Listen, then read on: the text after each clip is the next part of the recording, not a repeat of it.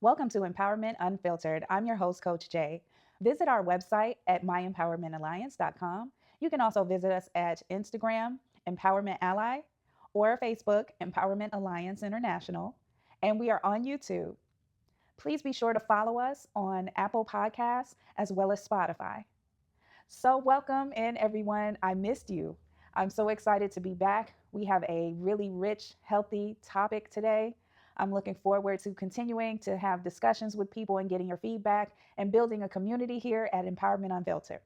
So, let's get into this. It's a heavy topic, so trigger warning for some people out there.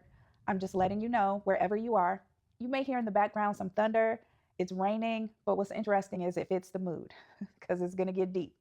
So, buckle up, get your refreshment or settle in where you're listening or watching today, and let's talk about it. Abuse doesn't always start with violence, it starts with confusion, control, and a sense of losing yourself. So, why am I talking about this? Recently, there's been an incredible rise in the amount of women experiencing domestic violence, particularly amongst Black women. Now, again, domestic violence is something that women of all races and cultures experience. As a DV survivor, I'm here with you. Trust me when I say that. And for those of you who, are men or women who have been the abuser, or men who have been the abuser and feel like, I don't want to hear this. Maybe you do. Maybe there's something that you can learn from it. Maybe there's something that, you know, you can connect with, and it might trigger you to make a change in your life and to begin to do the work and get the help that you need so that your life can change for the better. Let's not put limitations on ourselves. That's all I'm asking. So you see me here with a blanket, with pillows, with some matcha, because listen, this is heavy for me, but it also puts me at risk.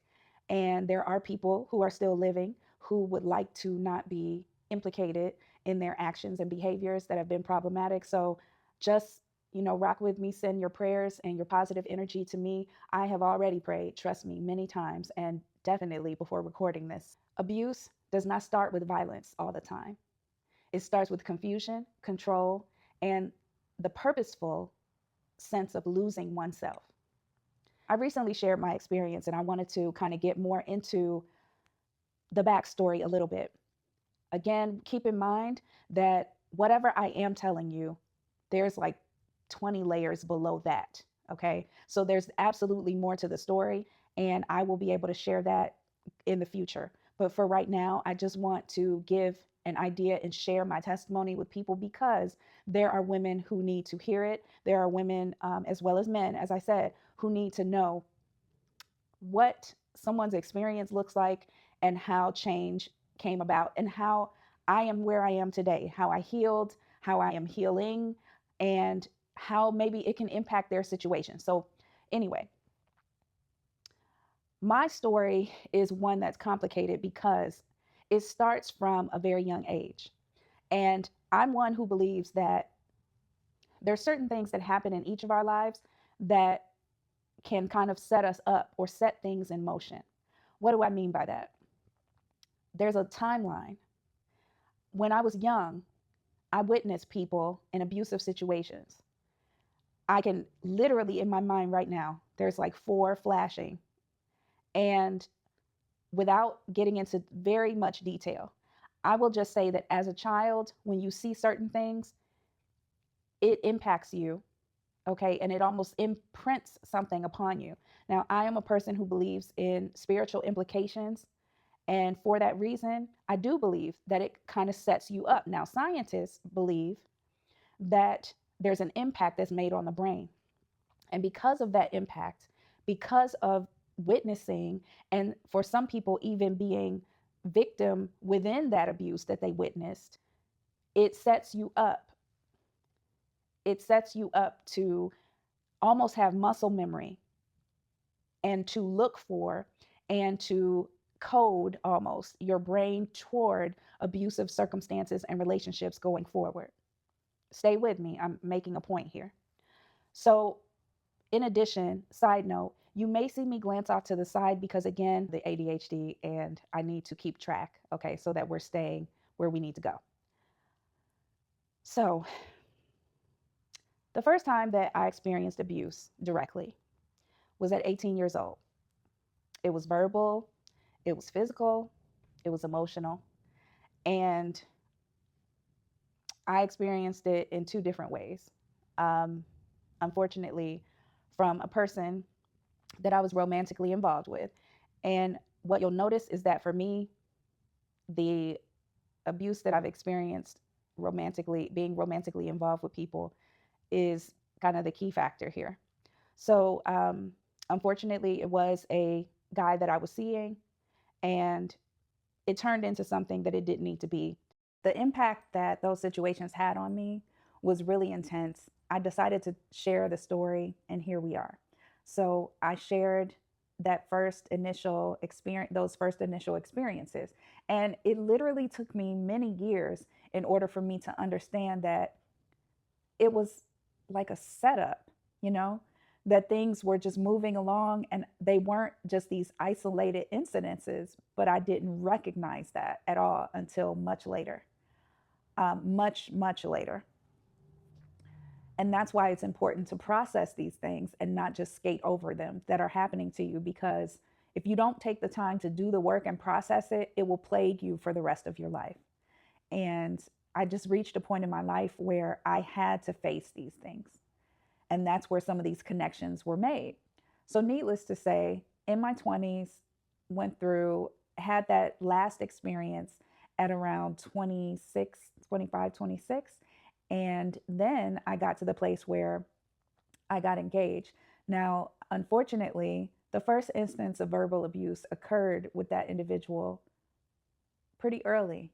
As a matter of fact, I can remember the night of the rehearsal, and I mean, it was horrible in the car. Why did you go through with it? Why didn't you stop? Why didn't you say anything? Because I couldn't.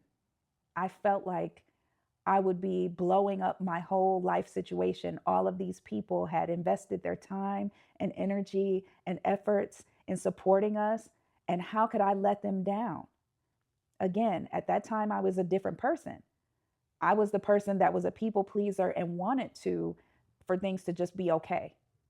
I didn't want to let people down at the expense of my own mental health and safety. But the rage that was seen that time was a clear indicator of what was to come. And I had no idea that it got worse. So at that point, I obviously chose to go through with it. Um, I come from a very religious background, but I cringe when people say that, because it wasn't just about religion for me. It's about the relationship. And so my relationship with God at that time, I felt like was very strong. I was actually serving in seminary at that time and going through a very rigorous, study program and really intensive work that was being done toward ministry. And so I don't know.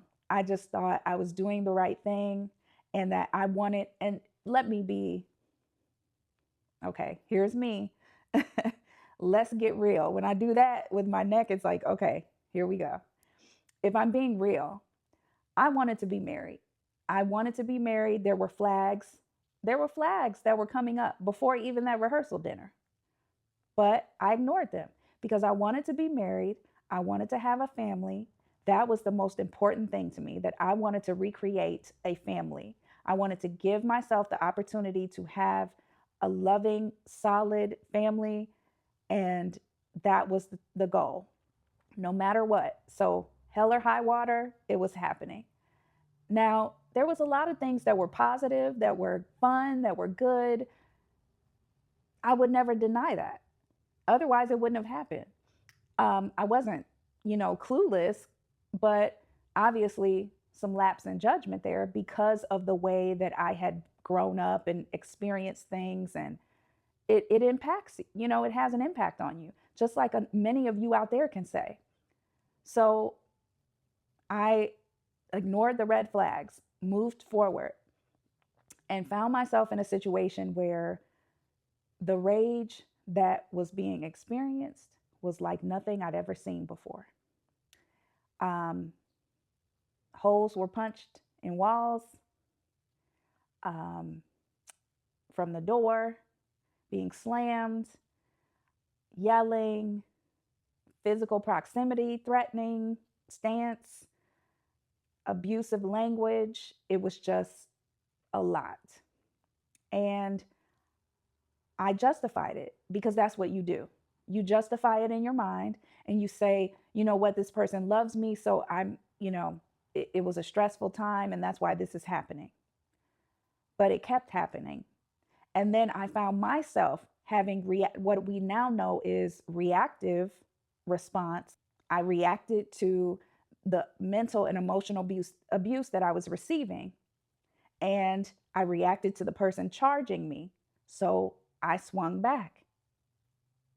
I'm never the aggressor, ever. Even when it comes to verbal altercations with people or disagreements, I don't come for people. I don't come for you unless you send for me. Okay. So if you are going to initiate that aggression, I respond to it, but I'm never the person to come with that because that's not who I am. I'm a very calm, very nurturing, chill person. I mean, I get a little spicy, but you know, that's what it is. But when it comes to verbally attacking someone or anything like that, now, am I confrontational? Meaning, will I come to you and say, hey, I didn't like the way you said that, or I don't like the way you're treating me? Yes, but I will never initiate a problematic aggression towards anyone. That's never been my character. And anyone, whether they like me or not, anyone who truly knows me knows that that's the truth. I distinctly responded with an action. And I'm willing to say that, I'm willing to admit it. But I want to put it in context that literally it came after months and even years of emotional, verbal, and close to physical abuse. Now, that's where the person, it was tricky because they knew not to physically punch me because that would bring in a whole other, they know I'm smart. And they knew that there would be evidence to that. And they also knew that it would carry a certain stigma. But they knew very well that it would be a his word against mine when it came to the verbal and emotional. Except at one point, I got smarter, work smarter, not harder, and I recorded it during that particular time. People wouldn't believe me because my former husband was very charismatic, extremely charismatic, very likable, and a lot of people did like him. And he was a person who was known to be happy go lucky, a jokester. And so people wouldn't believe that he had it in him to be like Dr. Jekyll and Mr. Hyde, which is what he was. He waited until we were behind closed doors to become Dr. Jekyll. And it truly was something to behold. People did not believe me, but it was a rage like you would never imagine. And I was often afraid. So were the children. A response to being charged, grabbed, and verbally accosted and attacked. And again, I stand by that. I live with it. I remember it very well. And I regret that it happened. More so, I regret the place that I was taken to in order for it to happen. But that's another story. One situation in particular that I will tell you, and it's not funny, but it kind of is funny. And please forgive me to those of you who there's no humor in abuse. By no means am I saying that. I'm just finding humor in the way that this happened. 98% of women who find themselves in an abusive situation are also being abused financially. 98%. Because a lot of times the abuser feels like, well, where is she going to go? So he is more intentional with his aggression and abuse because he knows that financially she cannot sustain herself, or that's his mindset that she can't. Maybe she can, but that's his mindset. Um, and in my case, it was a little weird because he felt like he was smarter than everyone because he's a strategist, which is the reason why the abuse by proxy went on for 10 years, continuous for 10 years after the fact, because he felt like he's smarter than the program in completion. And he did. He was able to use those smarts to his advantage in a lot of situations, especially when it came to the court system, um, which is another unfortunate story. This time there was no physical contact for me, but his property did get damaged because once again he charged me like a football player, and I was sick of being humiliated in public. We were outside of our home, and he's cussing me to filth and charged at me, and I just turned. I had keys in my hand, and I just swiped the side of the complete side from one end to the other of his vehicle, which is not good. I know it's wrong, but let me tell you, if you know that scene in Waiting to Exhale, where that lady threw that lighter and turned around and walked off with her, it was that kind of moment. Because what's so sad is that by that time, this is 8 years of being verbally abused and emotionally abused and financially abused. 8 years. And I was just sick of it and didn't care about the consequences. And that's kind of where Angela Bassett was in that moment. Now, again, don't judge me. This is my story. This is my experience. There are women, again, who go through way worse, but this is not a comparison. And I want to put a pin in that because I want to make sure that people understand. Do not compare women's abuse stories. Women who experience it, it is not your job to judge the next woman and say, I went through XYZ. My head was split open. How dare she say that she's a survivor? Again, that is not our place to judge and criticize another woman for the level and amount and type of abuse that she has experienced. The bottom line is we all experienced abuse, and we all need to overcome it, heal from it, and help the next person get out of it. And yes, I'm speaking because I am a woman, but there are men who get abused as well.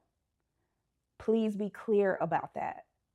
So I'm speaking specifically about women who are in abusive situations. One time in particular, because I have been yelled at, fussed at, called out of my name in front of the children before so many times that one of the children actually repeated and started fussing at me in the way that they saw their father doing so. And it was like heartbreaking. It was only from seeing that from their father that this even occurred. I couldn't believe that this little person is standing there fussing at me, not using curse words, but in the same irate manner, because that's what they saw their dad do to me on multiple occasions. And it still blows my mind. Anyway, getting back to the fact that people did not believe me. I'm a dark-skinned woman, so I do not bruise the way fair-skinned women do. I have been snatched, grabbed, but again, he knew better than to hit me because he knew that I immediately would start making contact with people that, he would get in some very serious trouble. So he always pushed it to the line all the way. And it became a regular thing that I would get charged like a football player charges at you. You're about to be tackled. You're about to be grabbed, whatever the case was at that time. And unfortunately, I did not call the police because I was never punched. That I regret that because there would have been more record. But nevertheless, what did happen was repeated verbal, emotional, and financial abuse. How do you tell a story that is almost a decade long? I was married to my final abuser for 10 years total, together for 8. So I want to be clear that it's not easy to share this, but I want to make sure that in context, there's understanding that I can't tell every story, every occurrence. Do I remember it? Do I have record of it? Was it journaled? Was it cataloged? Absolutely. However, I'm not going to be able to tell that in a YouTube podcast. So for that reason, just know that when I speak of this, I'm trying to be careful because clearly the person and everyone affiliated with them is still here and still very much wanting to live a life. My goal is not to destroy or humiliate or anything of that sort, but my goal is to set the captives free, myself being one of the captives, set myself free from the burden of it, but also to set people free who need to know the truth and who need to know that there's someone who has been through something just like they are going through or similar to it, and that they also can see victory and overcome it, even with the participating parties living their lives lying every day, living a lie, telling lies, and even going so far as to manipulate situations and use people as flying monkeys against you, smear campaigns, the whole nine. Yes, I'm the one who can tell you about that. I can tell you how to overcome that because that has been my experience and existence for the past several years, more than several. Oh my gosh, for the past 15 years or better. So, with that in mind, I want to say there is hope. There is hope. I just needed to share a bit of my testimony with people in order for them to understand that being a domestic violence survivor is more than just having experienced abuse. It's that, first of all, I'm thankful to be able to say survivor and that I did not succumb to the mental health challenges that were caused by narcissistic abuse. I did not succumb physically, mentally. Do I have scars? Yes. Do I still to this day have impact from it? Yes. But am I living in victory despite it? Absolutely. And for that, I thank God. So for those of you who came for, a little bone, some stories, no problem. I can share those, but that's not what this is for. I want to say that there is a lot and there's layers to my story. I experienced verbal abuse. For instance, being told the reason why my mother died was to get away from my effed up A. Being told that I was lower than, this is YouTube, so people cuss on here. Okay, because I need to be able to say what was stated to me because you need to know the impact. The reason why your fucking mother died was to get away from your fucked up ass. When I'm finished with you, you'll be lower than shit on the bottom of my shoe. You fucking bitch, you are so insignificant. You don't matter for shit. I could go on, but those are just 3 examples.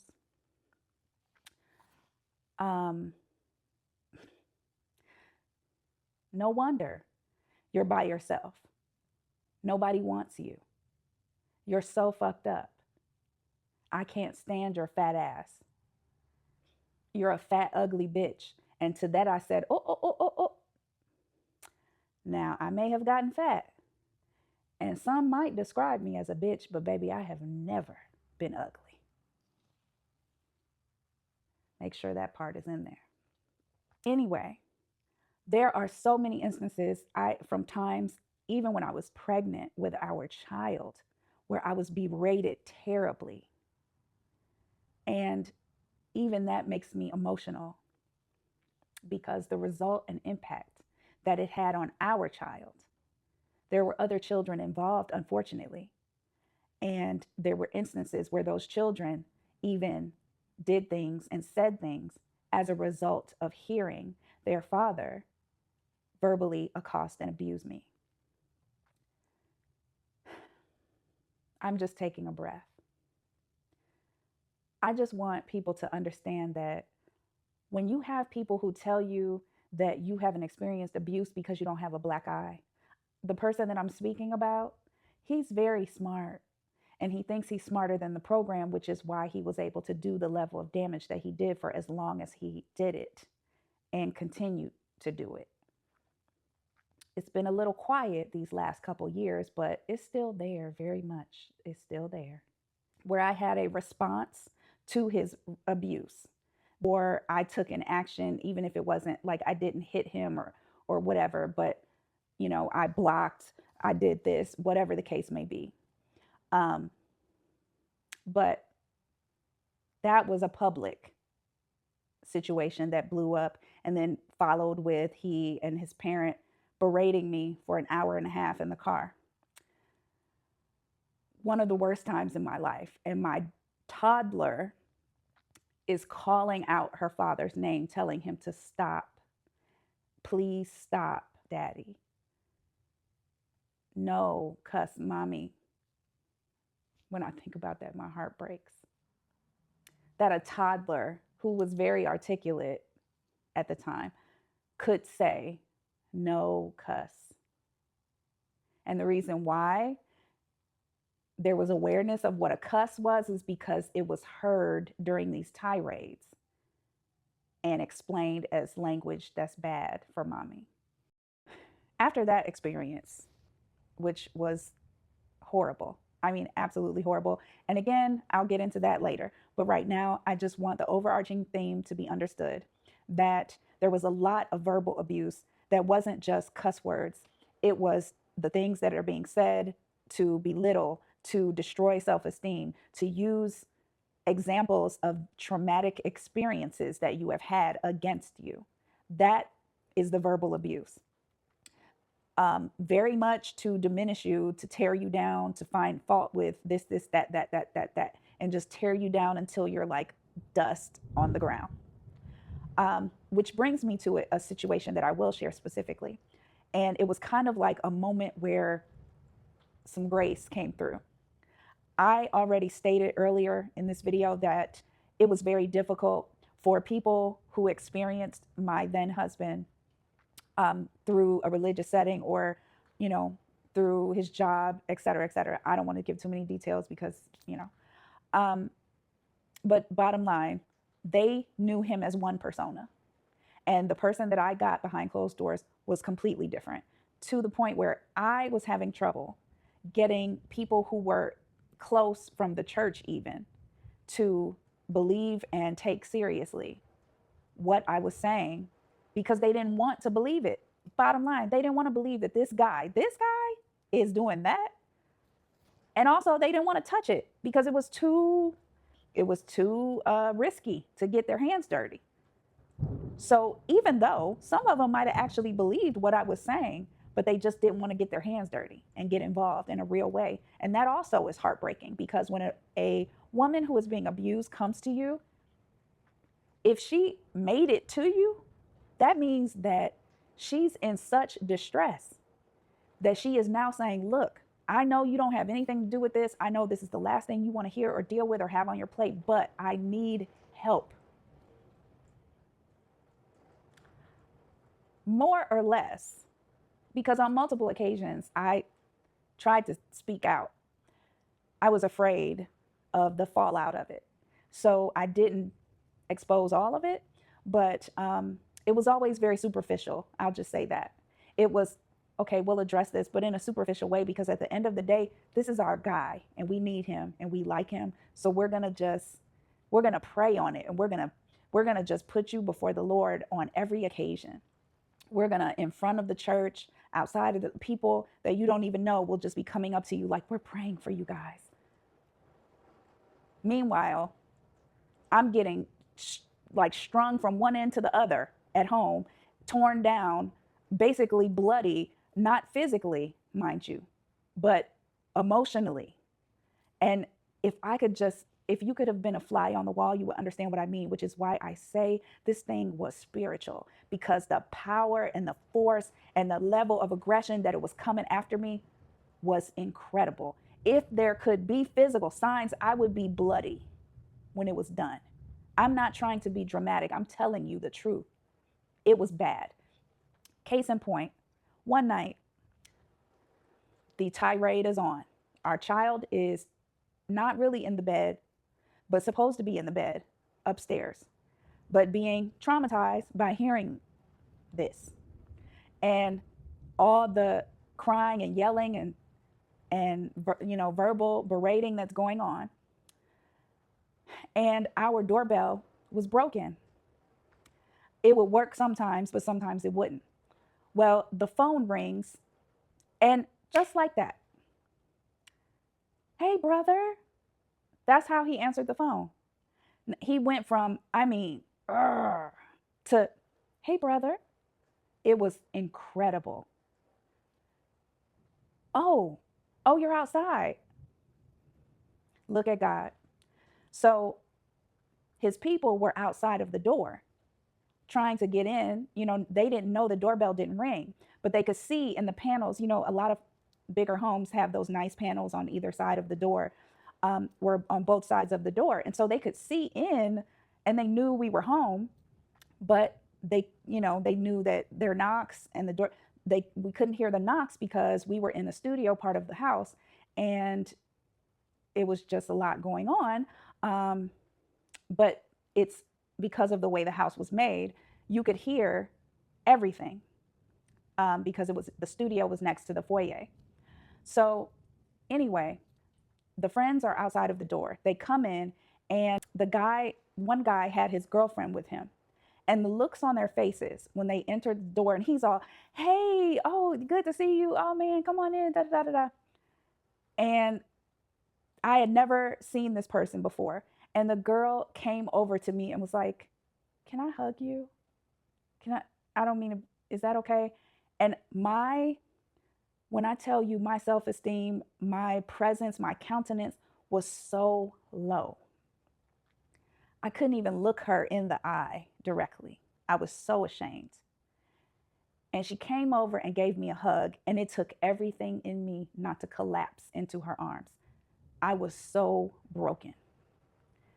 But I don't know, I didn't know them, and I was trying to, so I just said, thank you. And he carries on his, like whatever he was saying. They go into the studio area and start doing what they were doing. I went upstairs. I excused myself, and I went upstairs. I checked on my child, kissed her, comforted her, had her lay back down. I went in my room, went in the closet, and screamed into a pillow in the back of my closet. I had a big closet. I got this big pillow, and I screamed into it, and I was crying. And what's crazy is my phone started ringing, and I answer the phone, and it's another one of my husband's friends who's like, hey, I just got a call from so-and-so who said he was standing outside trying to get in and heard craziness like World War III going on in your house. What is going on?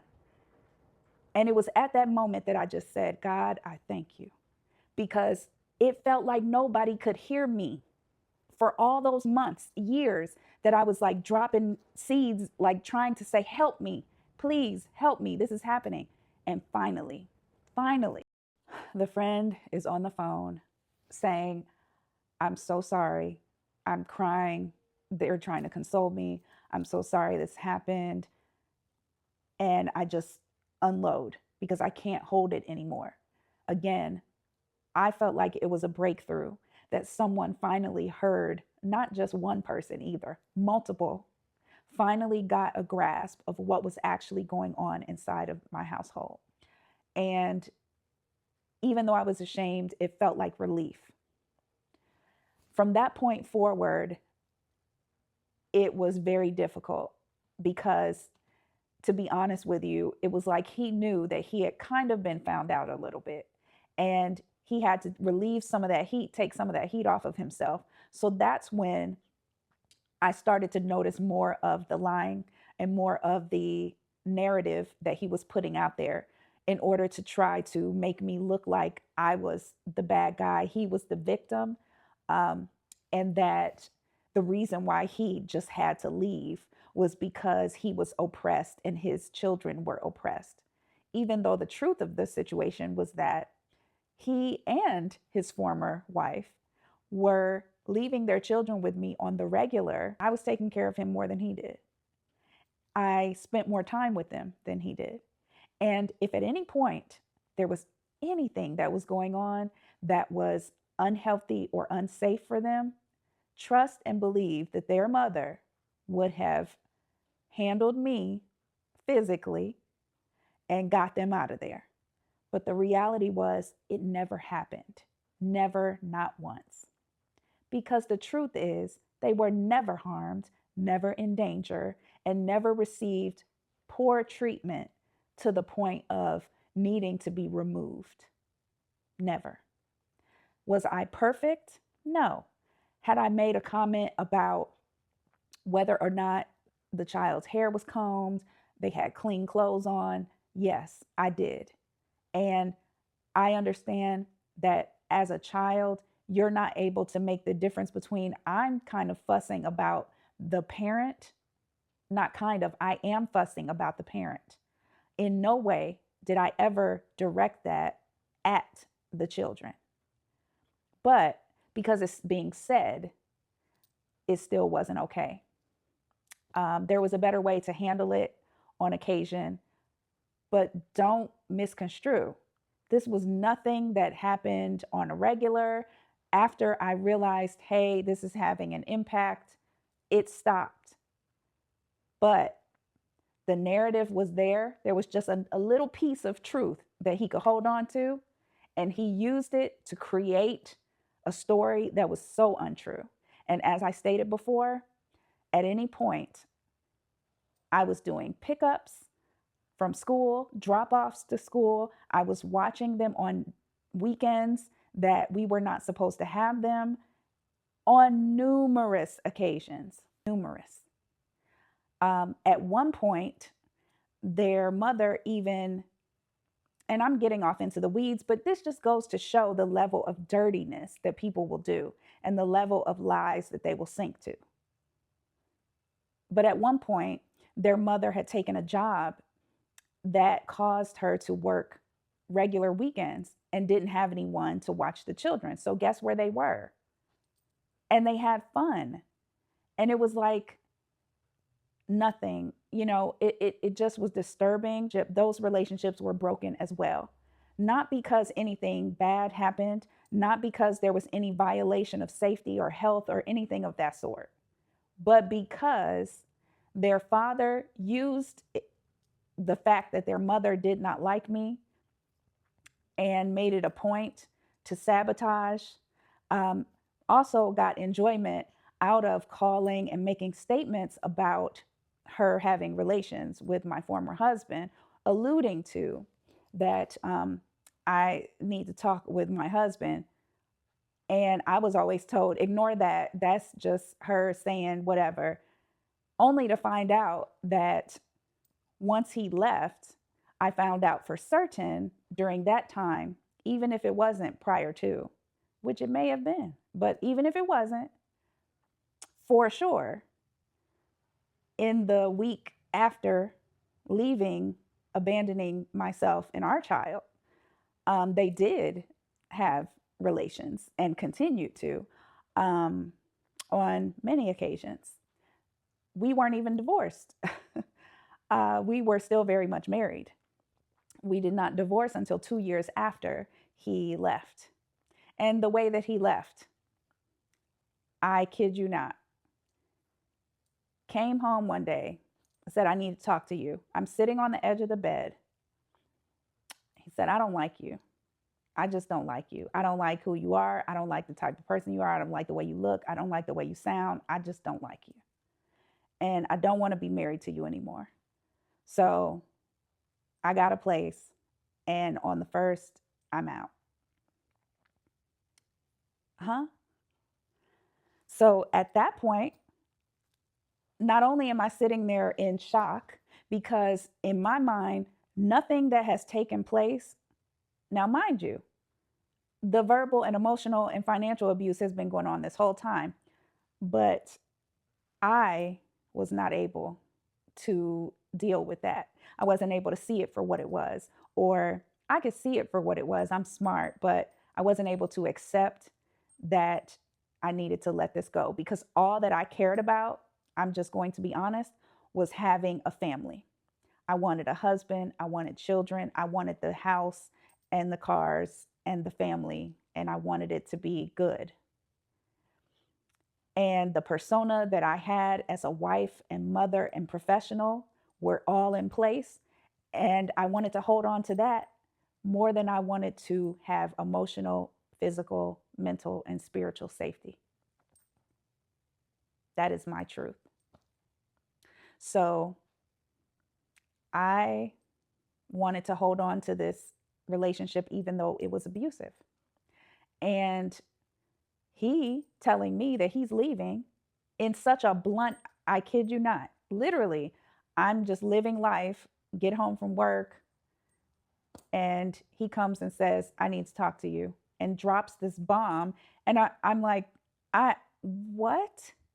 So you're not even going to give me a chance to like gather myself and try to get a plan in place? I mean, we have this house.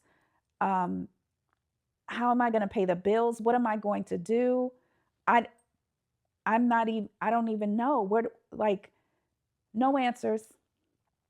It'll work out. And that's why I told you to make sure when you wanted this house that you could afford it by yourself on your salary.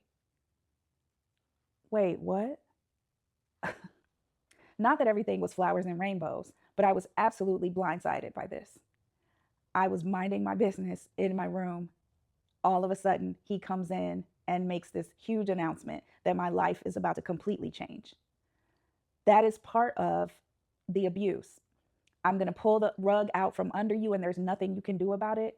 And if you try to push back against it, I'll make things worse for you. And I was literally told, more or less, that. I was literally told that it's actually going to work out. It doesn't feel like it right now, but it's going to work out the way it's supposed to. What? Sir, you're abandoning our marriage. You're abandoning our child. You're tearing apart our family, including your other two children, who you're telling me they don't need to know or have any kind of interaction with you afterwards. What? Now, yes, I was a step parent, but I was a caring step parent. I was involved, and that was devastating. Um, and I insisted the very least that he could do was have a sit down conversation with me and the children so that we could be together for him to tell them what he was doing, because I wasn't in agreement with it and God didn't say anything to me about that. Now, granted, let's pause here. To my understanding, and I am not a scholar in that regard when it comes to the exegesis and, the complete theological breakdown of the specific scripture passages related to divorce. But what I do know and what I have read and studied is that there are more or less two instances where Christ spoke about divorce. Adultery and essentially abuse are the two release points of grace. Divorce is not desired by God. It was not designed by God for those of us who believe. For those of you who don't believe, that's your business. And I encourage you to have a separate conversation with someone who you can trust. But my point in bringing this up is, even though I was caught up in wanting to maintain this sense of family that I had, dysfunctional as it may be at that point, technically, I had cause to be released from that marriage, but I didn't want to exercise it, if you will. Because again, my broken mind and heart were more focused on the semblance of family being maintained than it was the abuse that was taking place within it in multiple ways. So unfortunately, that's where my mind was. I continued to pray, fast, get other people to pray. I tried to reach out to help from multiple sources in the church. And it was really sad because I was told by various people that I needed to just let go because he had made up his mind. Now, he was also living as a single man, even though we were still married. He left on the day he said he was leaving with no plan. So I had about 2 weeks to come up with some way to sustain an entire 3,000 plus square foot home with bills and insurances and everything else all by myself. I had about 2 weeks to try to figure out what I was going to do to make it, to sustain that by myself. Because in his mind, he had already been planning this, apparently, unbeknownst to me. And his statement to me was, that's why I told you when you found this house to make sure you could afford it on your salary alone. Okay. So, long story short, that next 2 years was very difficult, very, very difficult, because I spent a year of that time trying to get him to go to counseling or reconcile or just talk to me, even though it was very clear he was sleeping with his former wife, he was sleeping with multiple other people. Um, it was just shameful. It was just, it was people coming after me on Facebook threads. Like, it was really messy. Um, and the final straw was when a minister from the church that we attended together said, look, because I had kept reaching out for help from the church, because they're supposed to be our anchor and, our support system.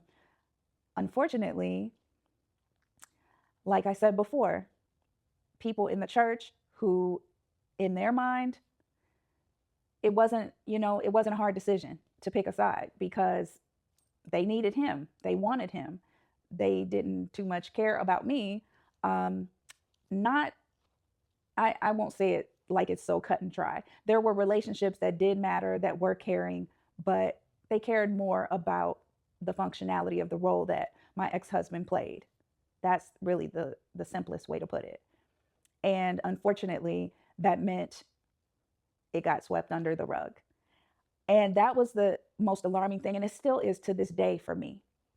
How can people who are Christians and who profess to support marriage sit back and watch something like this take place and not want to get their hands dirty and feel like they need to to be completely uninvolved?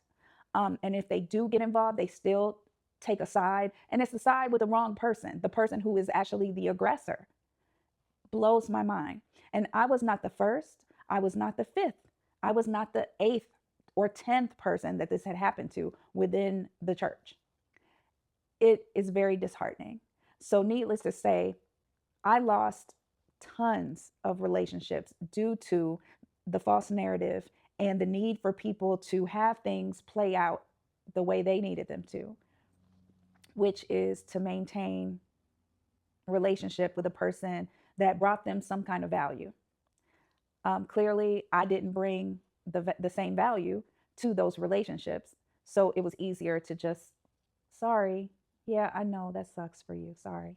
God bless you. I watch people even now, and I look at their situation and I'm like, there's always going to be a situation where a man who has been an abuser, even caught on tape, physically pummeling a woman, still has a huge friend group, huge support system, and even a huge following on social media. It's because people are willing to dismiss what they don't understand. And a lot of times they don't care to understand, because in order for them to hold the person accountable, it means that there's something in their life that they might have to expose or change or be implicated on some kind of way or held accountable for. What do you do when the world that you've crafted for you and your family crumbles apart? Well, you live and you survive. You go into survival mode. That fight or flight kicks into overdrive. My husband left. He left me. Now, some would say he did you a favor. For years, he was abusing you. Why would you want to stay with him? Again, I was broken. I had been set up for a pattern of abuse since childhood. I was not willing to let go of the semblance of what family was. I was so desperate to keep family, or the sense of family that I did not have, together. I was willing to overcome any of that. And I genuinely believed that the God I served wanted me to overcome this and wanted healing in myself and my husband and our children. I thought that that's what ultimately the desire was, for a miracle to happen. I mean, isn't that what God does and specializes in? Miracles? Why wouldn't God want that for us? Even though he did some horrible things to me, he was not a horrible person. He also was a child of God. troubled as he was a child of God. So I really believe that God could work a miracle and turn it all around. I had seen and prayed. I still to this day have a CD with a church service on it when my ex husband was convicted by God, and he humbled himself and he cried out and asked for forgiveness in front of the whole church. And it was like this glorious hallelujah, shout, praise time, right? And only for him to succumb to his own behavior, devices, and wrong thinking. And he decided to leave. So there's triggering, it's again another form of abuse because it's triggering that abandonment issue that I already had, using that trauma against me. And he continued to do so. So I'm fast forwarding a lot because, again, even the stories that I took time to tell you, I didn't tell you all the details, and I did not even get to every scenario where there was intense and strategic abuse in place. Another story for another time. Right now, where I'm going with all of this, being a person who has sustained or being a person who has dealt with this type of abuse for so long, which a lot of people say that physical abuse is just that. It's physical, it's visual. You can see it, you can see the breaks, you can see the bruises. You go through that process. But the emotional part that comes along with it, in my case, the physical evidence wasn't as clear, but the emotional, spiritual, mental abuse, and financial abuse that remained did the most damage and took me the longest to overcome. I spent the next several years in survival mode. Yes, I lived, and it was because of grace. It was because of, actually, also because of my father who helped me, who stepped up to help me. And it really was just a hard time. I was working, I was in taking graduate courses towards my licensure. I had this little kid that I had to care for and be present for, that emotionally and I had to do it by myself. But I thank God for being with me. There were times when I was having suicidal ideation. There were times where I was getting phone calls from people, messages from people harassing me.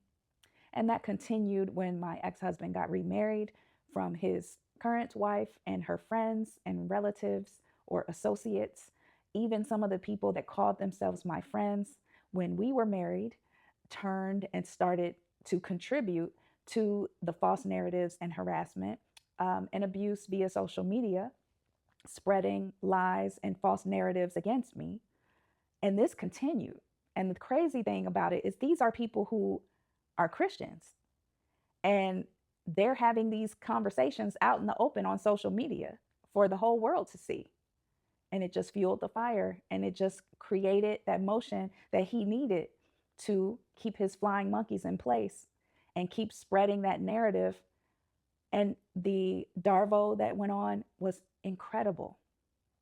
Just like we see today with a certain person who resembles an orange, who tends to accuse other people of the very thing that they do, which is a typical narcissistic behavior. That is what I experienced over and over and over and over again for the next 10 years. And it did incredible damage to our child, incredible damage, physical damage, emotional damage, spiritual damage that is still being worked out to this day. And I got to a place where I just said, God, this is no. I have worshiped, I have lived for you, I have ministered, I have discipled for you, and this is how you leave me out here hanging? What's the point? What's the point of living right when people who call themselves yours are attacking me? I did the things right. I got married. I had a child. I did the things in order. I'm educated. I'm all of the things that you should be. And this is how You leave me out here being belittled, torn down, lied on, and ostracized? Really? The the way that things were going, I just didn't see how this was panning out, how it was even worth it for me to be a good person and to keep going. Because no matter what I did, this liar, this manipulator, this cheat was continuing to win. Him and his posse against me. And it kept me oppressed and in victim mode until they slipped up and made one of the biggest mistakes. I know this has been long. I know it's been drawn out. There's places where I didn't mean to get into the specific details. Um, and there's a lot of details that were left out. There were a lot of incidences where I could have gone into specifics about the particular types of abuse and the way they happen. But I chose to try and encapsulate the points that I wanted to have in order to share just a little bit of the struggle, but enough to where you understand the intensity that I was dealing with and that my child was dealing with from the span of 10 years minimum. Over 10 years, we were both in a situation that could have taken us out, could have destroyed us. But that's where I'm saying, God allowed this to happen. Do I understand it? No. Do I agree with it?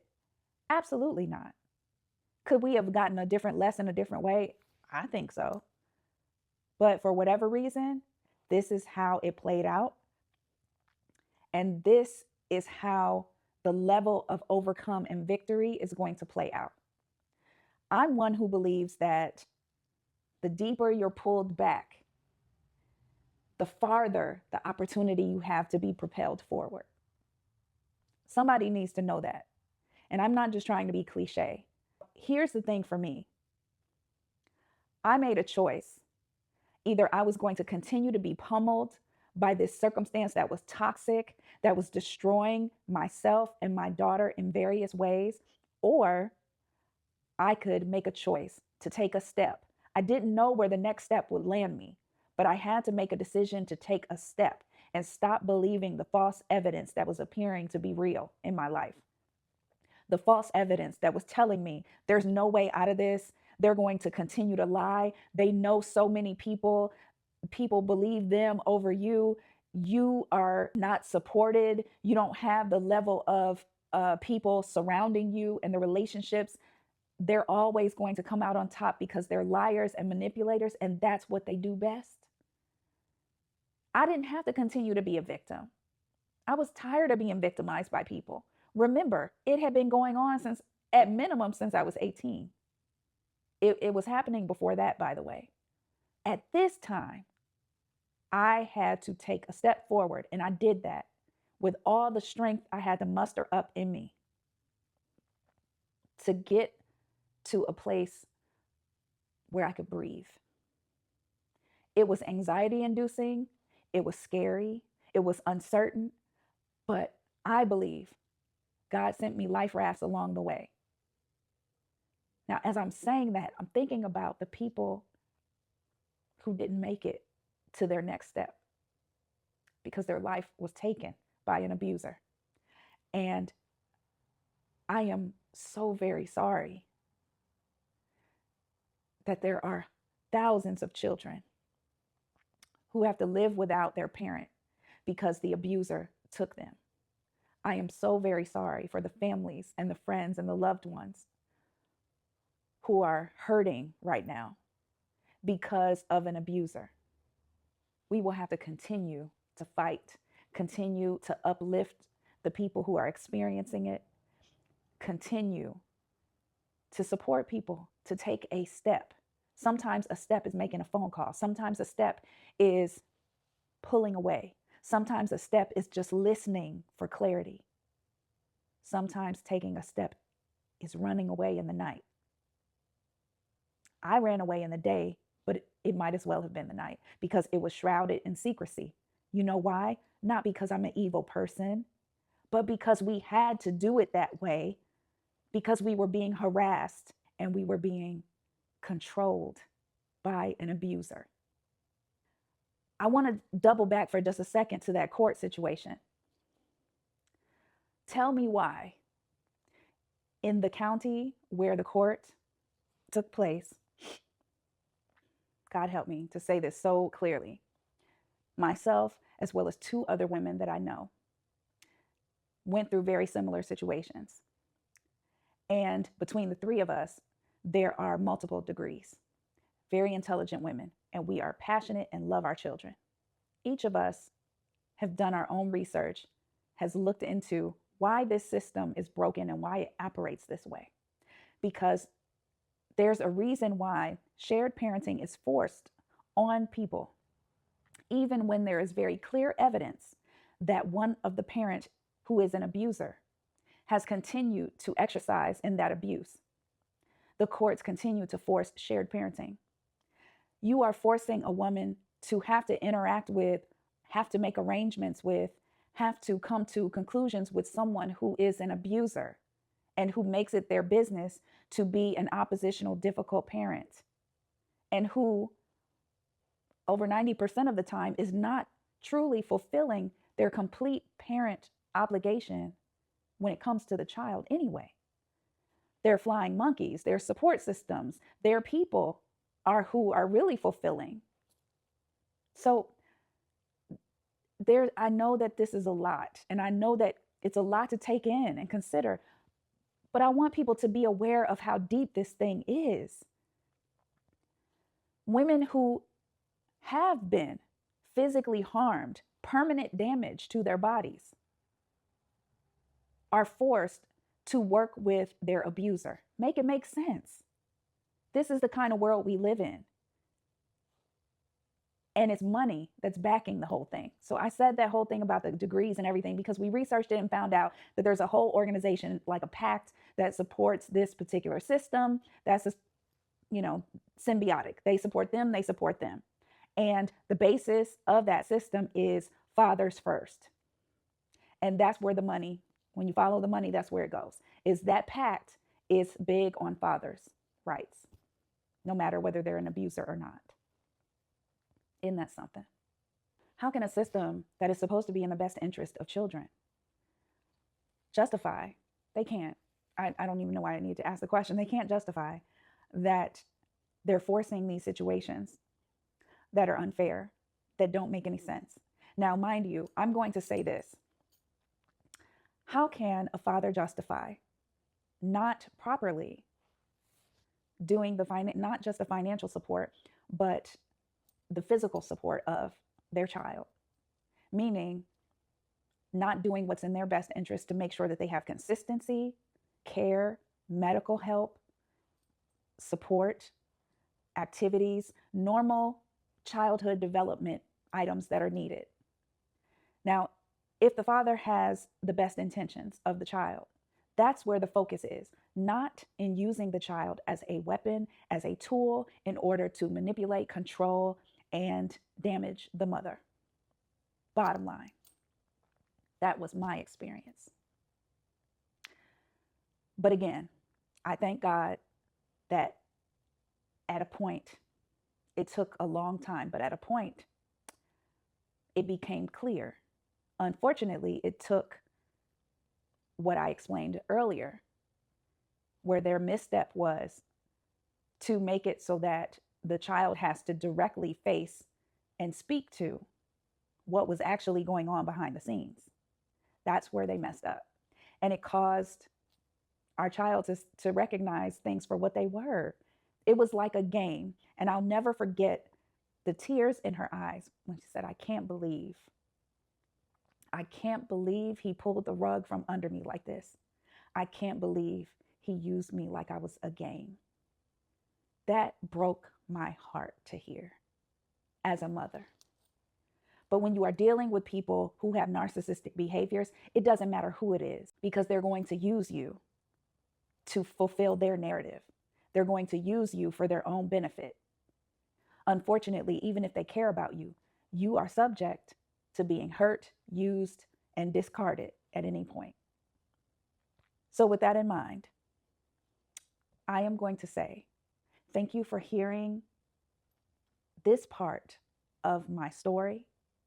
And my prayer is that you also heard behind that just how intense it is when you have been positioned to be victim of abusers, and how it is that you can begin to make specific choices, even in faith, meaning you don't know what the next step is going to bring.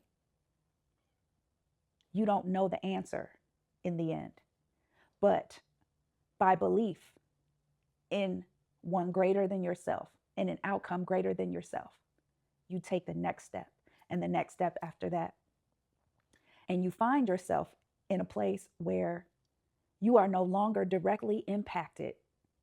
And you are also in a position where you feel like you're regaining your identity and you're able to reframe some of the things that have happened to you to now see that some of those things may have even happened for you.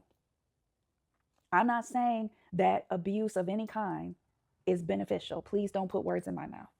I'm simply saying that in the grand scheme of things, the strength, the courage, the tenacity that has been born through you wouldn't have otherwise occurred had you not started taking those steps forward. That's what I'm saying. And it is for that reason that I can be a witness today and say, no matter what type of abuse that I see, I'm going to speak out against it. I'll never again let a woman feel like she is alone, or that she is unheard, or that she's not believed, or that she can't win against the controlling dominance of her abusers. If I have anything to do with it, I won't stand by and be quiet and twiddle my thumbs and say, that's too messy. I don't want to be a part of that. No. If I am invited into the situation, I will support her. I will encourage her. I will love her. I will pray for her. I will cry with her. I will sit with her.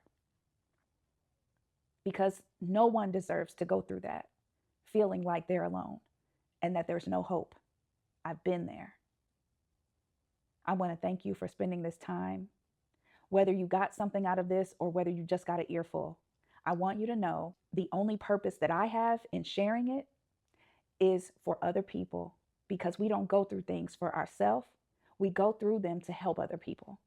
And I know for a fact that God allowed me to live through this as well as many other things so that I can be a light, a guide, and an encourager and a healer, because that's in me. I'm so thankful to have healing be my portion. Thank you for spending your time, for hearing me, and for providing space for this story to be shared.